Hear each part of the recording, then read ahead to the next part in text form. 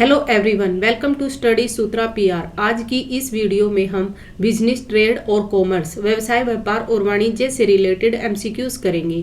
ये एमसीक्यूज आपकी प्रिपरेशन के लिए काफ़ी इम्पोर्टेंट है।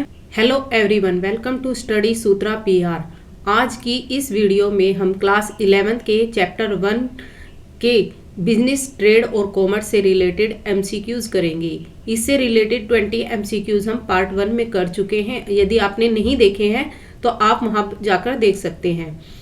ये क्वेश्चन आपकी प्रिपरेशन के लिए काफ़ी इंपॉर्टेंट है यदि आप कॉमर्स से रिलेटेड किसी भी एग्जाम की तैयारी कर रहे हैं। चलिए शुरू करते हैं आज के एमसीक्यूज।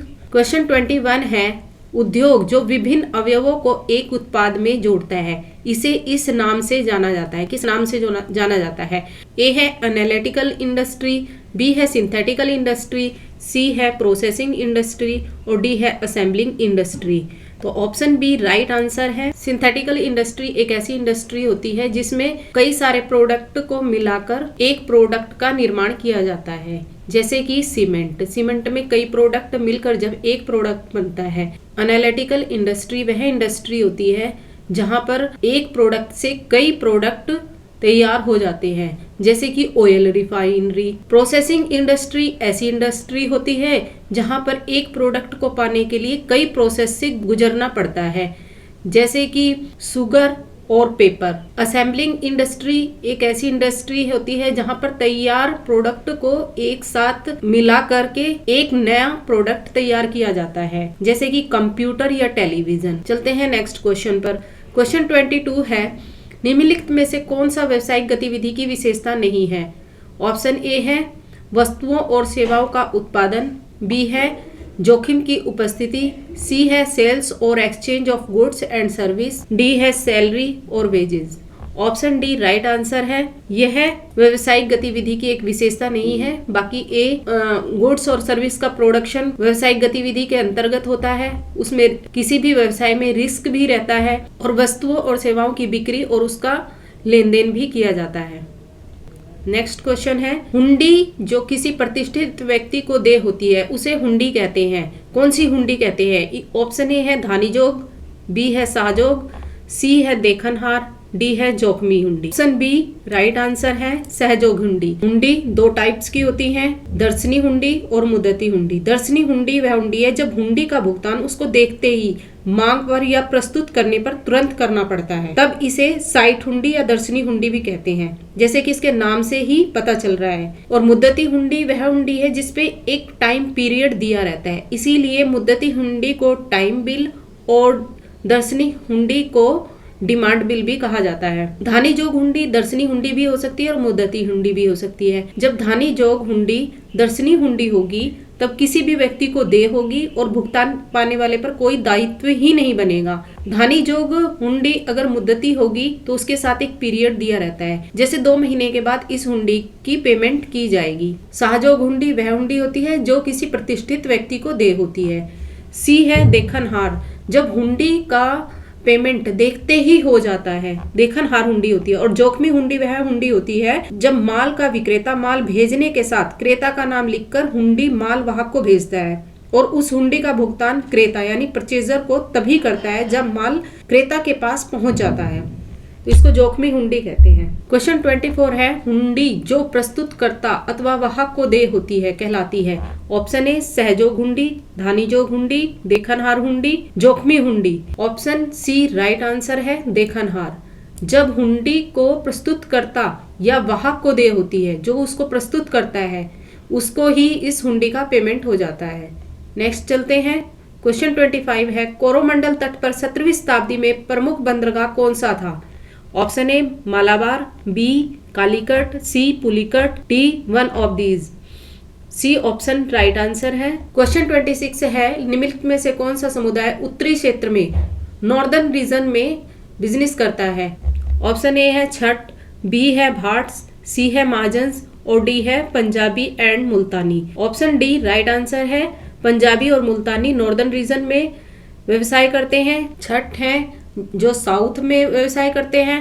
भाट और महाजन गुजरात, राजस्थान, अहमदाबाद नगर में इनको सेठ नगर के नाम से भी जाना जाता है। भाट को ही महाजन भी कहा जाता है। ऑप्शन डी राइट आंसर है। क्वेश्चन 27 में पूछा गया है कि इनमें से कौन सा ऐसा है जो व्यवसाय के उद्देश्य नहीं है। ऑप्शन ए इन्वेस्टमेंट, बी है प्रोडक्टिविटी उत्पादकता, सी है इनोवेशन नवप्रवर्तन और डी है profit earning. Option A right answer है इन्वेस्टमेंट, ये बिजनेस का ऑब्जेक्टिव नहीं होता है। बी प्रोडक्टिविटी बिजनेस का ऑब्जेक्टिव होता है, उद्देश्य होता है। प्रोडक्टिविटी का मीन्स होता है कि कुशलता से कार्य करना, जो सोर्स अवेलेबल है उन्हीं का मैक्सिमम यूज करके अधिक से अधिक प्रोडक्शन करना। और इनोवेशन है विचारों में नवीनता लाना। और प्रॉफिट अर्निंग मुनाफा कमाना, जो भी पूंजी विनियोजित की गई है, कैपिटल इन्वेस्ट की गई है, उस पर लाभ प्राप्त करना। क्वेश्चन 28 है वे उद्योग जो अन्य उद्योगों को सहायता सेवाएं प्रदान करते हैं कहलाते हैं। Option A primary industries, B है सेकेंडरी इंडस्ट्री, सी है टेरेस्ट्री इंडस्ट्री तृतीयक उद्योग और डी है commercial industries. C option right answer है। इनका काम अदर इंडस्ट्रीज को अपनी सर्विस प्रोवाइड कराना है, जैसे कि ट्रांसपोर्ट, बैंक, वेयर हाउसेज आदि। क्वेश्चन 29 है निम्नलिखित में से कौन पेशे से संबंधित नहीं है। Option A manufacturing goods and service, विनिर्माण वस्तुएं और सेवाएं, बी है ज्ञान और कौशल का विशिष्ट निकाय, सी है कोड ऑफ कंडक्ट आचार संहिता और डी है फॉर्मल ट्रेनिंग औपचारिक प्रशिक्षण। ऑप्शन ए राइट आंसर है क्योंकि यह प्रोफेशन से रिलेटेड नहीं है, यह मैन्युफैक्चरिंग से रिलेटेड है। क्वेश्चन 30 है एक आर्थिक गतिविधि जो लोगों की जरूरतों को पूरा करके लाभ के रूप में आय अर्जित करने की दृष्टि से वस्तुओं की खरीद या उत्पादन और बिक्री या सेवाओं के प्रावधान से संबंधित है कहलाती है। Business, profession, employment, charity. Option A right answer है बिजनेस। क्वेश्चन 31 है पुरस्कार की अनिश्चितता और हानि की संभावना को कहा जाता है। जब किसी बिजनेस में हमें प्रॉफिट भी हो सकता है या लॉस की भी संभावना हो सकती है, तो इस तरह की सिचुएशन को क्या कहा जाता है। Option A risk, B reward, C profit और D none of these.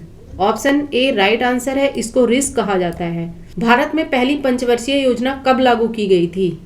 Option ए 1991 में, 1952 में, 2001 में, 1857 में। तो पंचवर्षीय योजनाएं भारत की स्वतंत्रता के बाद ही लागू की गई थी, इसलिए ऑप्शन डी नहीं हो सकता। और 1991 में तो एलपीजी लागू की गई थी, इसलिए आप इसको ऐसे भी कर सकते हैं, इसलिए ऑप्शन बी राइट आंसर है। निम्नलिखित में से कौन सी एक आर्थिक गतिविधि नहीं है। Painting for self use, B है स्थानीय प्रशासन द्वारा सार्वजनिक पार्क का रखरखाव, सी है एक अकादमिक स्कूल चलाना, डी है पेंटिंग फॉर कमर्शियल यूज।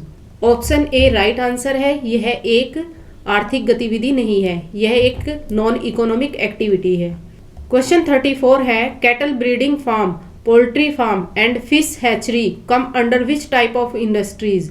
पशु प्रजनन फार्म, मुर्गी पालन फार्म और मछली हैचरी किस प्रकार के उद्योगों के अंतर्गत आते हैं। ऑप्शन ए है निष्कर्षण उद्योग, बी है माध्यमिक उद्योग, सी है आनुवांशिक उद्योग, डी है प्रोसेसिंग इंडस्ट्रीज प्रक्रिया उद्योग। ऑप्शन सी राइट आंसर है। पशु पक्षियों का प्रजनन एवं पालन, वनस्पति उगाना, मछली पालना आदि ये सब जेनेटिक इंडस्ट्रीज में आते हैं। एक्सट्रैक्टिव इंडस्ट्रीज निष्कर्षण उद्योग में वे प्रोडक्ट आते हैं जो नेचर से लिए जाते हैं, जैसे भूमि से खेती करना, मछली को पकड़ना आदि। सेकेंडरी इंडस्ट्री में वो प्रोडक्ट आते हैं जो जैसे कच्चा लोहा का खनन करना, स्टील का निर्माण करना। माध्यमिक उद्योग को भी फिर दो भाग में डिवाइड कर दिया जाता है, विनिर्माण उद्योग और निर्माण उद्योग, मैन्युफैक्चरिंग इंडस्ट्री और construction industries.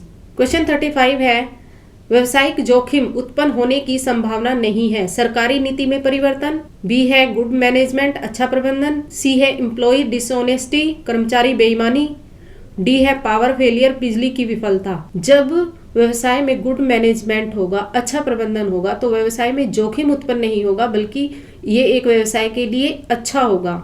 Option B right answer है। क्वेश्चन 36 है इमारती लकड़ी उद्योग किस प्रकार का उद्योग है। टिम्बर इंडस्ट्री, प्राइमरी, बी है सेकेंडरी, टी है टर्सरी और डी है मैन्युफैक्चरिंग विनिर्माण। ऑप्शन ए राइट आंसर है। टिम्बर इंडस्ट्री एक प्राइमरी उद्योग है। क्वेश्चन 37 है the hundi which is payable to the holder और बियरर इज कॉल्ड। हुंडी जो धारक या धारणकर्ता को दे होती है वह कहलाती है। ऑप्शन ए सहजोग, बी है धानीजोग, सी है देखनहार और डी है जोखमी। ऑप्शन बी राइट आंसर है धानीजोग। धानीजोग हुंडी किसी भी व्यक्ति को दे होती है और पाने वाले पर कोई दायित्व नहीं बनता है। यहाँ पर कंफ्यूज हो सकते हैं कि धानीजोग भी हो सकती है और देखनहार भी हो सकती है। तो जो प्रस्तुतकर्ता को दी गई है तब देखनहार हुंडी होती है। क्वेश्चन 38 है निम्नलिखित में से कौन प्राथमिक उद्योग से संबंधित है। ऑप्शन ए है इस्पात का निर्माण, बी है तेल शोधन उद्योग, सी है सीमेंट का निर्माण और डी है खुदाई। ऑप्शन डी राइट आंसर है। क्वेश्चन 39 है मेक इन इंडिया परियोजना किस तारीख को शुरू की गई थी। 15 अगस्त 2014 को, 2 अक्टूबर 2014 को, 25 सितंबर 2014 को, 8 नवंबर 2014 को। ऑप्शन सी राइट आंसर है 25 सितंबर 2014 को।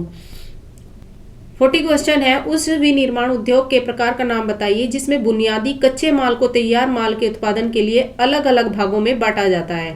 ऑप्शन ए है एनालिटिकल, बी है सिंथेटिकल, सी है प्रोसेसिंग, डी है assembly. Option A right answer है एनालिटिकल विश्लेषणात्मक, जैसे कि ऑयल रिफाइनरी।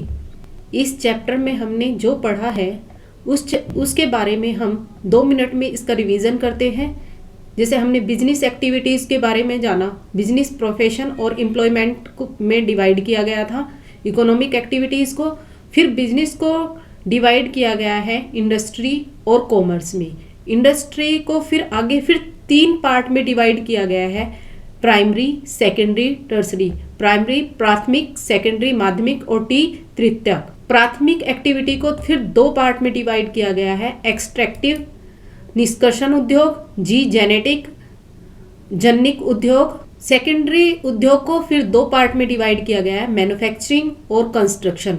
कंस्ट्रक्शन में आ जाते हैं जैसे डैम वगैरह बनाना, सड़कों का निर्माण करना।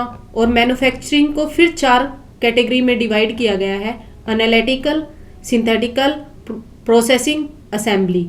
एक प्रोडक्ट से कई प्रोडक्ट बनते हैं जैसे ऑयल रिफाइनरी। सिंथेटिकल में वे प्रोडक्ट बनते हैं जो कई सारे प्रोडक्ट को मिलाकर एक प्रोडक्ट का निर्माण होता है जैसे सीमेंट। प्रोसेसिंग में वो प्रोडक्ट आते हैं जिनको बनाने के लिए कई प्रोसेस से गुजरना पड़ता है जैसे कि चीनी। असेंबलिंग में वो प्रोडक्ट आते हैं जो तैयार प्रोडक्ट को मिला के जैसे अलग अलग पार्ट को, जैसे कंप्यूटर के अलग अलग पार्ट को असेंबल करके एक कंप्यूटर को तैयार किया जाता है। इधर कॉमर्स को फिर 2 पार्ट में डिवाइड किया जाता है, ट्रेड और ऑक्सिलरी टू ट्रेड। ट्रेड को फिर 2 पार्ट में डिवाइड किया जाता है, इंटरनल और एक्सटर्नल। इंटरनल वह होते हैं जो अपने देश की सीमा के अंदर किए जाते हैं जैसे होलसेल और रिटेल। और एक्सटर्नल वह होते हैं जब हम दूसरे देश के साथ भी व्यापार करते हैं, एक्सपोर्ट, इंपोर्ट और एंट्रीपोर्ट। एक्सपोर्ट वह होती है जब हम अपने देश का सामान दूसरे देश में सेल करते हैं। इंपोर्ट वह होता है जब हम दूसरे देश से सामान अपने देश में मंगाते हैं, खरीदते हैं। जब हम एक देश से सामान मंगाकर किसी दूसरे देश को सामान बेचते हैं वह इंट्रीपोर्ट होता है। ऑक्सिलरी टू ट्रेड वह होते हैं जो इन सब उद्योगों की सहायता करते हैं जैसे transport, warehousing, insurance, bank and finance और advertising. Thank you for watching.